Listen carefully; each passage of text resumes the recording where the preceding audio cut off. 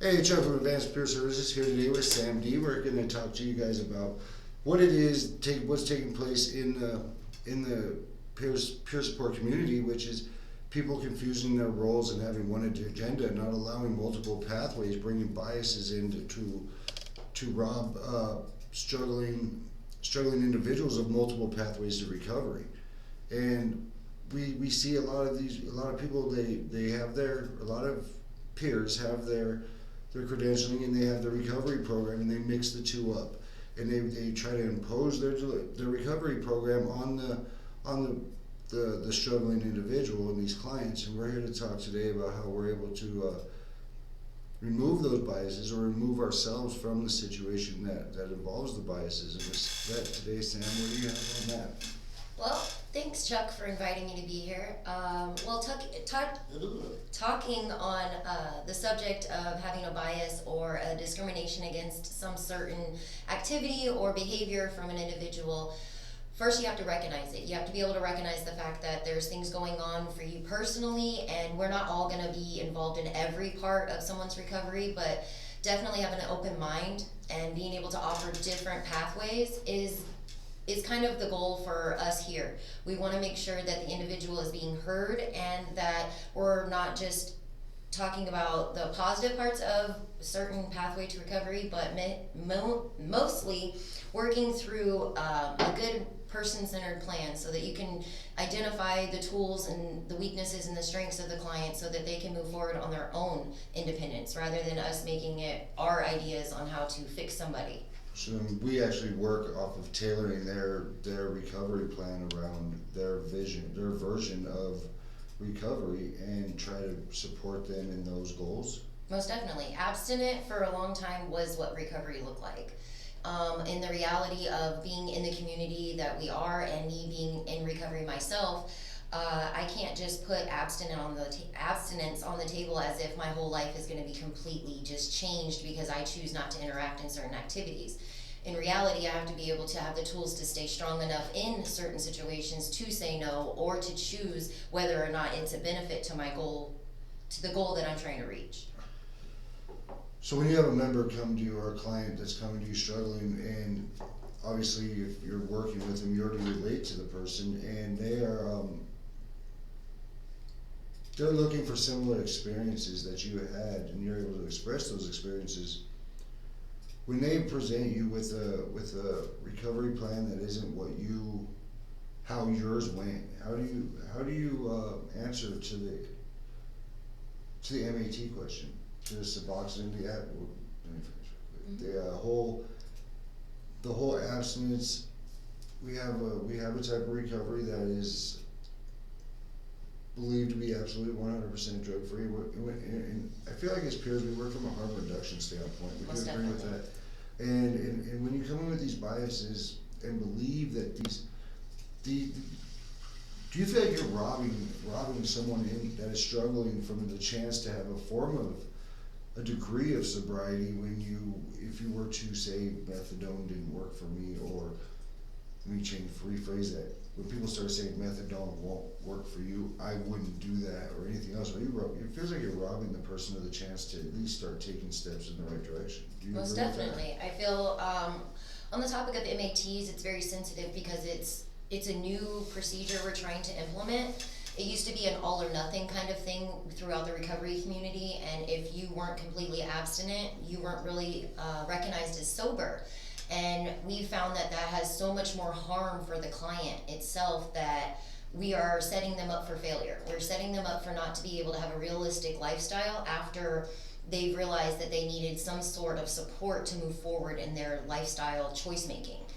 I feel that, me personally, MATs is a doctor prescription, and I feel that following a prescription by the guidelines and under doctor's care, that is left to those professionals. I feel like in the peer field, we can be educated on certain experiences we've been through or medication that we have been on, but we have to take that bias out of it. Just because it didn't work for me or it did work for me doesn't mean that your curiosity in what it might look like for you should not stop at my opinion. It should always have an open door kind of situation where if you have questions as a client about what this looks like, I'm gonna give you a recommendation to talk to a physician. If you wanted my experience on how I went through some of my MATs or whatever I used to help me get to the point where I am today, I can offer some of those stories, but honestly, I don't want to curve the opinion of the client. The curiosity is what I want them to venture out and look into, because it doesn't have to be one way or the other. It's multiple ways to get to where you need to be with support that's healthy. So what do we do when we see peers that are pushing a one recovery agenda in a person-centered plan setting? As an employee standpoint, yes, or as a peer talking to another peer? Peer talking to another peer. I would probably address it more as a conversation starter with more of, I know it's worked for you, I know you might like it that way, but we have to look at it more of an open book thing, because we have to make sure the client's not looking at it as, I envy this person as a role model, I want their lifestyle, so I'm gonna do everything they did. That's not what we're trying to open up as a peer. What we wanna open up is making sure that they're the center of the choice making. They're independent in that. We're only here to coach them through that, so we have to make sure that the peer is taking their bias out of it, and if they can't, then we're gonna have to juggle around and either re-educate or retrain so that we can see where their weakness is with that. Do you think there should be as far as a professional practice where when we see a peer and we've addressed it with the peer, do you believe that there's some type of professional duty to warn, at least as far up as the supervisor, when you see a peer making someone's recovery program theirs? Does that make sense? You mean blurring the lines of more of taking responsibility for the client's activities rather than letting them be independent? No, I mean as far as them solely relying on what worked for them is the only thing that could work for the struggling person served. How would I address the employee on that storm? Yes. Do you believe there's a form of duty to warn when you see these behaviors happening in that work? Yes, because it's very sensitive. Okay. It's a very sensitive thing. If you keep it closed-minded, you're not gonna be able to be open enough for the client to explore what they need to so they can build their own plan. So what does that look like? I know what it looks like where I'm employed, and you probably have your version of where you're employed, but at the end of the day, to me, for myself, when I see these things and I address the person one-on-one and keep it on a peer level, I try to help them correct their action if it needs correcting, if they feel like they're in the wrong, but if they don't, which is a lot of time, and I'm not a hall monitor. Mm-hmm. But when I see you about to do damage because someone is exhibiting signs of wanting to recover, but not in the way you went through, exactly the way you went through your recovery, and they still press and press that this is the only way at that point, for me, what I do is I report to my immediate supervisor. I don't go above, I don't go below. Mm-hmm. But and when I do report it, I report it with the individual with me. Mm-hmm. Is this how this works across, at least where you are? There's a few different ways that procedure can follow through. From my experience, when there's a peer that is on my level and I either am educated on things or I take them in and absorb them and actually comprehend what the code of ethics is or whatever the policy and procedure is, I feel that the best peer services I've seen myself is double peer, meaning me and a co-partner always trying to head on whatever the situation is, so there's more than one view, and it's not so much as a closed-minded view. So say I was with my peer, my co-partner could be there. If I'm pushing one agenda and it's my recovery agenda, it will be able to be either like red flagged for my partner or my co-partner to be able to address and be able to redirect me to make sure it's centered around the client, and that's the way it's worked best for me. But in other settings, I've also seen it where it's gone blinded, like they don't really address it, they just continue and assume it fix itself. And in those scenarios, I found that there is a lot of harm to the client. Would you say, just stopping right there, Would you say that it's, if the peer kind of falls in line with the policy of a company, which would be a traditional abstinence clinic or recovery model,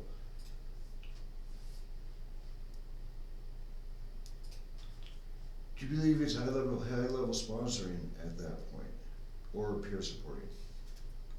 I feel when there is a stigma or a bias or an agenda pushed other than the person-centered planning, it turns into more of a, I would say, like a roundabout of what a sponsor does. Because that is mostly ran off morals, not ethics, and when it comes to ethics, you have to make sure you have those boundaries and borders to save the client's vulnerability. It's Tim, we have these guidelines and rules in place that we follow as peers to empower. Yes. To empower the client. And Not power rob, and exactly right. those roles shift so dynamically that you have to be very, very aware when you're with a client, because you might be secure in your situation and your recovery and whatever that recipe looks like, but if you're closing your mind off to that's the only way it'll work for you because that's the only way it worked for me, that is nothing but harm. And that is needed to be addressed, even if it has to go up the level. And it doesn't have to be extensive to whatever the consequence is, but more of redirection of re-education, whether it's training or staffings or just making sure that the client is not being harmed by the agenda being pushed of one certain way and not the other. So would you feel comfortable ending this with nobody's agenda is as important as the struggling individual's beliefs? I agree. As distorted as a client's belief can be, we are there to coach and guide, not implement what our intentions are. We're kind of there to say, okay then, let's try it this way. Yes. And see if, and bring them to us in what worked for us. Yeah. By allowing them to have what their version of recovery looks like to them. Making them feel safe enough to be honest with where they're going and realistic goals, not something that they can't reach. Like, I'm gonna quit my heroin use today and I'm not gonna set up an appointment so that I can be seen by a physician and make sure my health is okay so that I can do the next steps of things. But it becomes a really tricky thing to, and it will end like this, it's hard for some people to come into work and work on a person-centered planning and multiple pathways to recovery approach. And in peer support, there is no room for the bias. You have to shake the bias off. If you can't shake the bias off, then find something more suited for your message. We're all here to carry a message, and our message is of hope and inspiration and possibility of, I've been in the same shoes as you. You don't have to do it just like me, but here I am doing it the way I've done it. Right. And it's an extended version of sobriety, and it really shows someone that, especially in this field with reentry, you have the prison population, you have the drug addicted, the substance abuse population. We are all interconnected. We all know people. When they see us, and they see us in the place when we were laying next to them, detoxing, or laying next to them in our prison cells, getting ready to go to our prospective yards, or being on the yard, and coming out and being on the street, being in halfway houses, and being on parole with each other, and for them to see you come out again and see that, Something different. this happened to them, and it gives them the hope that it could happen for them as well. It doesn't have to be my way that they get there, though. Yeah, I feel like from the community that we're trying to reach that there's such a stigma already on itself about reentry recovery and resilience itself, because it's always been this one way, and if you can't get it right this way, we're gonna throw you into consequences or kind of lock you down to the point where you're gonna need some sort of medical attention. And I feel like we're opening the door where we can make it safe enough for people to be honest and not set themselves up for failure. And that's exactly what our intentions are, and exactly what we're supposed to be doing. And with that, I appreciate you and look forward to more episodes with you to get the perspective of people that are actually working day to day in the field, haven't been sitting at home, haven't been doing.